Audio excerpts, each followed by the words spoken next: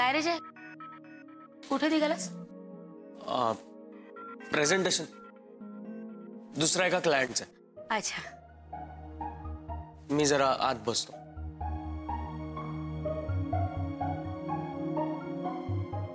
नाही बरोबर आहे तुमचं. तू म्हणतेस तेच आपण करूया. आपण आदितीची माफीच मागायला हवी.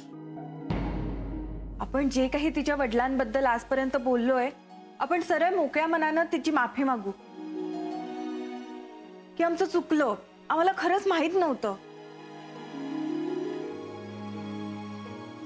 पुष्पगुच्छ द्या, नवऱ्यांच्या हस्ते सत्कार करा. कशाला एवढं महत्व देत आहे? आलीस तू?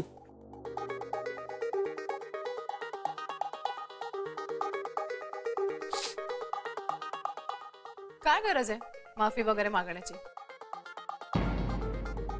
तुम्ही जरा अति करताय असं नाही वाटत तुम्हाला?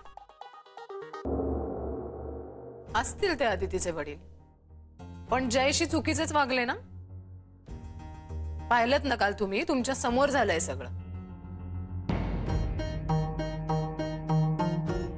आणि तुम्ही त्यांच्याबद्दल जे काही बोललात ते क्लायंट म्हणून बोललात. त्यात काय प्रॉब्लेम आहे? त्यात काहीही पर्सनल नव्हतं, पण आता हे सगळं करून तुम्ही ते पर्सनल करताय. तसं नाहीये रजनी. अगं आपण तिला एक मिनिट सारिका, कशाला तिला समजवतेस? हो ना, आम्ही आमचं ठरवतोय ना. तुला कोणी सांगितलं की तू इन्व्हॉल्व हो? अरे वा, आदितीची चमची बोलली. रजनी शांत हो. त्या कशा शांत राहतील नंदिनी मॅडम? त्यांनी एवढी मेहनत घेतलीये, कुठून कुठून पुरावे गोळा केलेत. कधी नाही ते ऑफिसमध्ये उशिरापर्यंत थांबल्यात. आणि त्यांना जो बॉम्ब फोडायचा होता त्याचा आवाज सोडा, पण त्यांनी साधं फुस पण केलं नाही.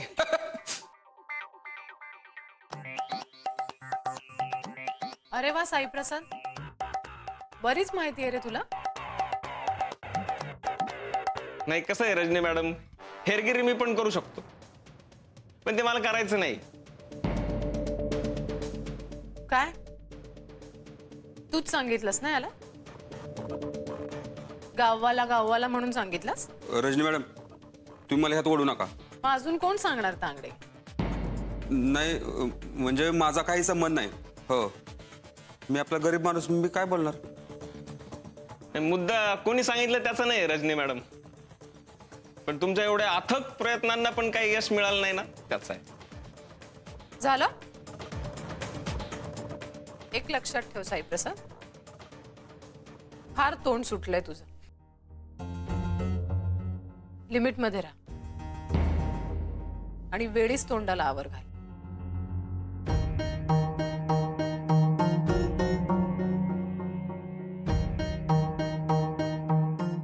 साईप्रसाद, फारच स्पष्ट बोलतोस तू. मी आहे असाच आहे. आलं आले नाहीत की लगेच यांच्या गप्पा सुरू. नवरे, आम्ही उगाचच गप्पा नाही मारत आहोत. काय आहे म्हणजे नकळत का होईना आदिती आमच्याकडनं दुखावली गेली, त्याबद्दलच बोलत होतो आम्ही.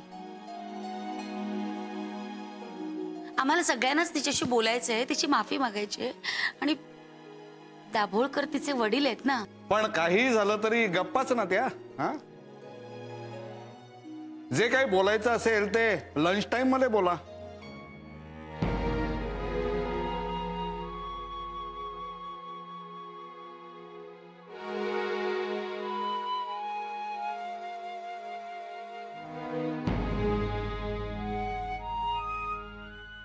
चला काम करा, चला.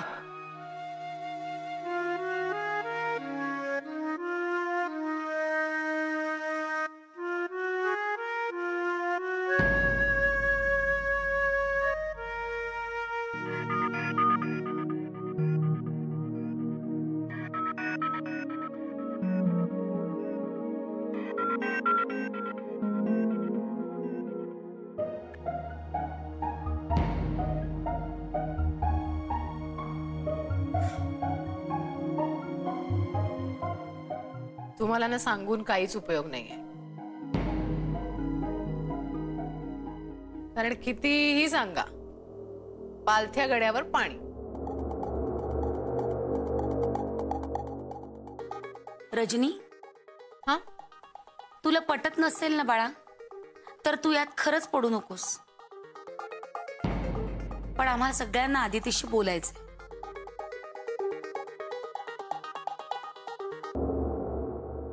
त्याआधी मला रजनीशी बोलायचं.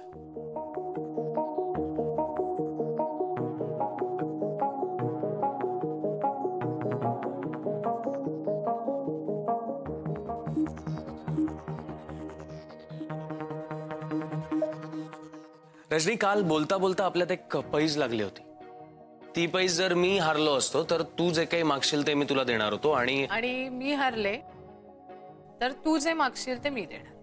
करेक्ट. मग जर मी ती पैज हारलो असतो तर तू माझ्याकडे काय मागितलं असतंस? असं काही ठरवून नव्हतं ठेवलं मी. आणि आता बोलून काय फायदा आहे?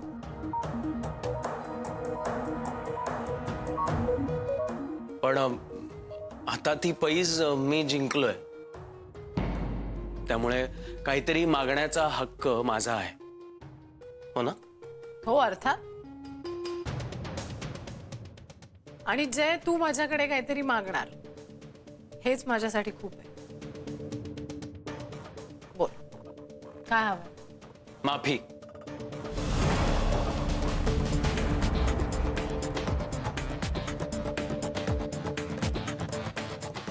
माफी? रजनी, तू आजपर्यंत आदिती मॅडमच्या वडिलांना खूप कसंही मनाला येईल तसं बोललीस. त्याबद्दल तू माफी मागायचीस आदिती मॅडमची.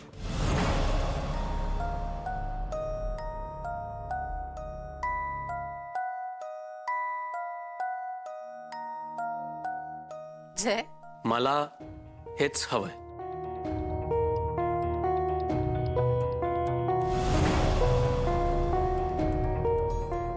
जय, पैज आपल्या दोघात लागली होती. तुझ्यासाठी काय हवं ते माग, अदितीसाठी नाही.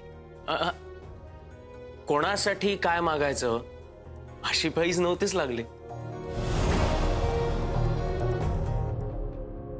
जे मागितलं जाईल, जे करायला सांगितलं जाईल ते करायचं,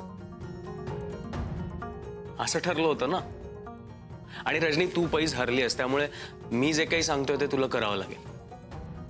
हो जय, पण हे माफी वगैरे. काल तू आदितीच्या वडिलांबद्दल, मिस्टर दाभोळकरांबद्दल जे काही बोलत होतीस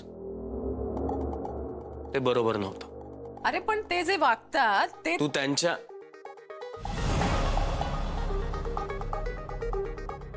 त्यांच्या पर्सनल लाईफ बद्दल बोलत होतीस रजनी. आदिती मॅडम आणि त्यांच्या वडिलांच्या नात्याबद्दल बोलत होतीस, ज्याचा आपल्या कामाशी काही संबंध नाही.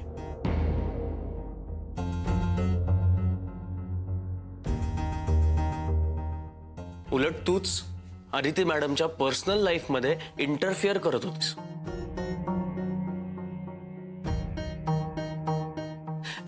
तुला तुझ्या आयुष्यात कोणी ढवळाढवळ केलेली चालेल का?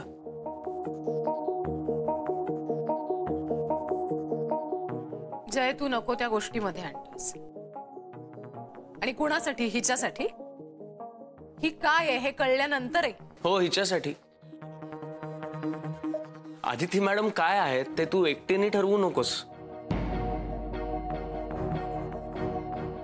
इथे सगळ्यांना माहिती आहे त्या काय आहेत ते.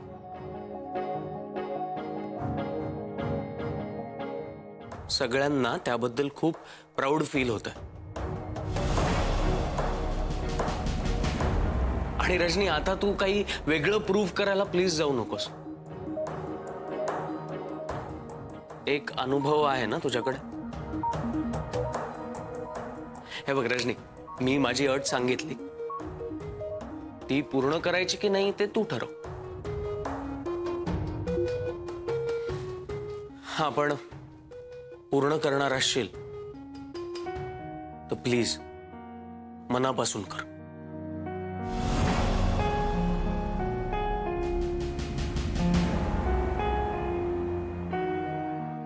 जयराम प्लीज.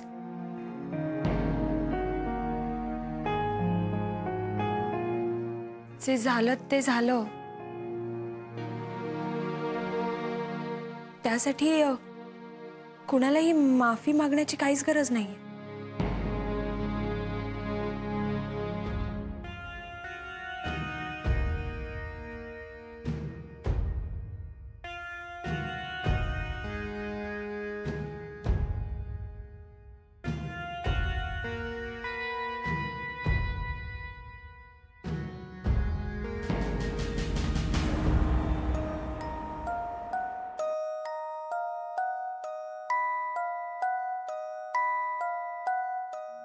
रजनी, हे बघ, झालं ते झालं. अगं अदिती सॉरी.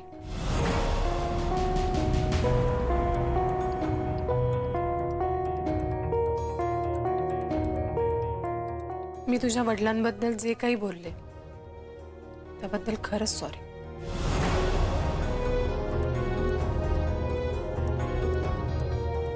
अगं खरंच तुला सॉरी म्हणण्याची काही गरज नाही. फक्त यापुढे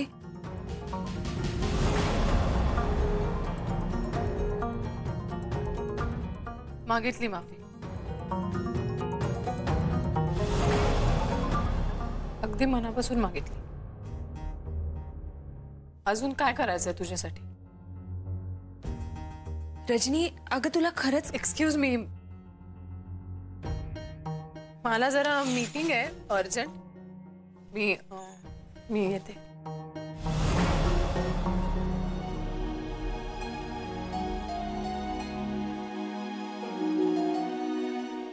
आत्ता जे ऐकलं ते खरं होतं? खरं आहे नंदिनी मॅडम, पण हे सगळं जयमुळे झालंय. जय लय भारी आहे. म्हणजे एकदम जिभेची धारच निघून गेली.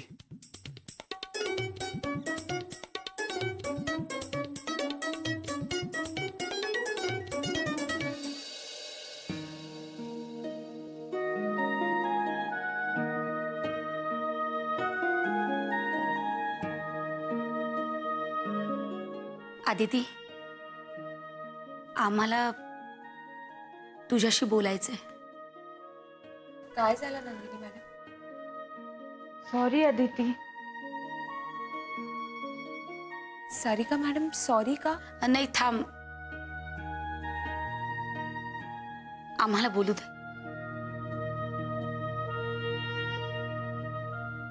म्हणजे गेल्या कित्येक दिवसांपासून जय दाभोळकरांना हँडल करतोय. म्हणजे ते आम्हाला फक्त क्लायंट म्हणूनच माहिती होते. ते जयला वाटेल तसं बोलायचे म्हणून आम्ही रिॲक्ट व्हायचो. आणि हो, आम्ही त्यांना नावही ठेवली आणि त्यांच्यावर खूप टीकाही केली. हो, आणि हे सगळं करत असताना अप्रत्यक्षरित्या आम्ही तुला हर्ट करत होतो हे आत्ता आम्हाला जाणवतंय. आदिती, अगं तू तुझ्या बाबांबरोबर राहत नसलीस म्हणून काय झालं? एक मुलगी म्हणून आपल्या वडिलांबद्दल हे असं सगळं ऐकत असताना तुला वाईट तर नक्कीच वाटलं असेल ना? पण खरंच सांगतो आदिती, आम्ही जे काय बोलायचो ते फक्त जयसाठी बोलायचो. पण त्यात नकळत तू खूप हर्ट झालीस, म्हणून सॉरी. हो ना, हे सगळं जे झालं ते सगळं अनावधानानं झालं. त्याबद्दल खरंच आम्हाला माफ कर. नंदिनी मॅडम, प्लीज असं नका बोलू. जे झालं ते तुम्ही सगळ्यांनी मुद्दाम नाही केलंय. त्यावेळेला तुम्हाला जे योग्य वाटलं ते तुम्ही केलं. आणि राहिला प्रश्न मी हर्ट होण्याचा, तर कित्येक वेळेला तुम्ही सगळ्यांनी मला सपोर्ट केलंय, सावरलंय, तेही आपुलकीने.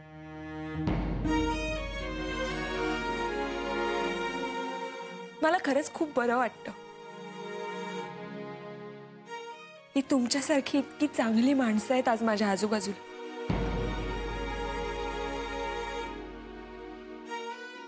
मला खरंच राग नाही आलाय तुमचा, खरंच.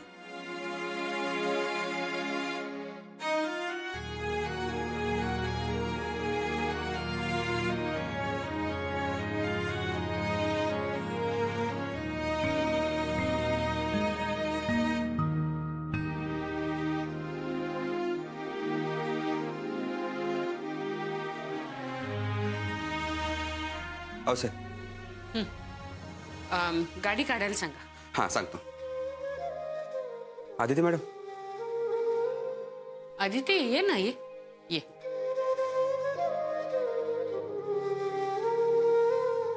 आऊ तुम्ही निघालात का? हो, माझी जरा एक मीटिंग आहे. पण बोल ना, काही काम होतं? हो, पण आपण नंतर बोलूया. अगं नाही, तसा थोडा वेळ आहे मला. बोल बोल. आऊ खरंच आपण नंतर बोलू, आदिती? काहीच हरकत नाही. बस.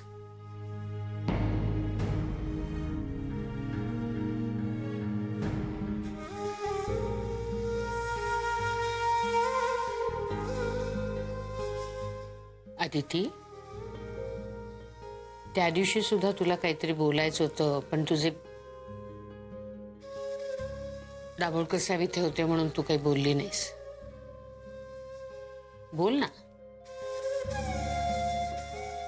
अगं बोल. जे काही घडलं, ज्या पद्धतीने ते तुमच्या समोर आलं, त्याबद्दल मला खरंच खूप गिल्टी वाटते.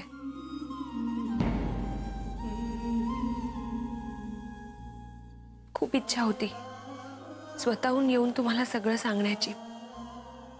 अहो, मला इच्छा असून सुद्धा तुम्हाला सांगता आलं नाही. मला सगळं, अगदी सगळंच सांगायचं होतं तुम्हाला, पण योग्य वेळ येण्याची वाट बघत राहिले आणि त्याआधीच तुम्हाला. आदिती, जे काही घडलं तो तुझा भूतकाळ होता, आणि मुख्य म्हणजे ते तुझ्या वैयक्तिक आयुष्यामध्ये घडलं. ठीक आहे, आपलं ऑफिस हे एक कुटुंब आहे, पण आपापलं पर्सनल लाईफ कुणी कुणापाशी किती डिस्कस करायचं हा ज्याचा त्याचा प्रश्न आहे. आम्ही आमची वैयक्तिक आयुष्य डिस्कस करत नाही, मग इतरांनी ती का करावी? अहो, पण आपल्या ऑफिस मधला हा नियम आहे. हो, पण नियम अविनाशनी केलाय. अविनाश काय तो निर्णय घेईल. पण मला तुझं खूप कौतुक वाटतंय आदिती, खरंच. किती समर्थपणे सासऱ्यांची जबाबदारी घेतलीस तू. आणि एक लक्षात ठेव, अगं आयुष्यात दुःख कोणाला नसतात. आता आपल्या ऑफिसमध्ये सुद्धा बघ ना, प्रत्येकाला काही ना काही दुःख आहे, पण ते बाजूला ठेवून सगळे आनंदात असतात ना. तू पण तशीच आनंदात राहा.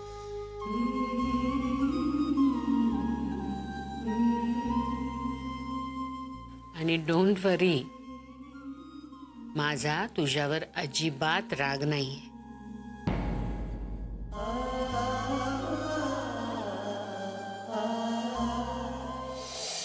वाव, किती मस्त. काय ग जुई, काय पाहतेस? नंदिनी मॅडम, मी ना फॉरेन टूरचे नवीन ब्रोशर्स पाहते. बघा ना, राहण्याची किती उत्तम सोय केली आहे त्यांनी. आणि रूम्स तर बघा किती मस्त आहेत. अगं हो, सगळं असंच मस्त असतं. एकदम मोठ्या मोठ्याला रूम्स असतात, एकदम सुंदर हॉटेल्स असतात.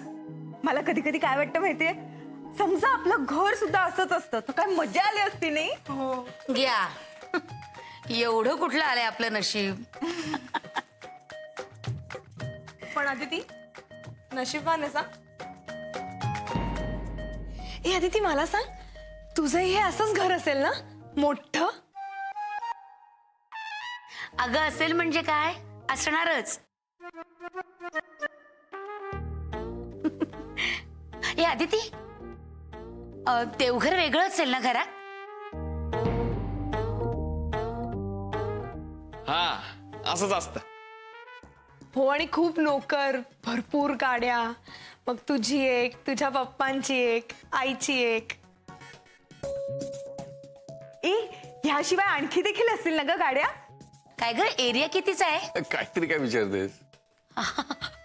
खरंच सॉरी सॉरी. पण म्हणजे रूम बऱ्याच असतील ना? नाहीतर घराच्या बाबतीत आपलं गणित ठरलेलं 1 BHK, नाहीतर फार तर फार 2 BHK एवढंच. हे पण यांच्याकडे नोकरांसाठी वेगळी खोली असेल ना? पण घरी एकटा असल्यावर हेच मोठं घर खायला उठत असेल.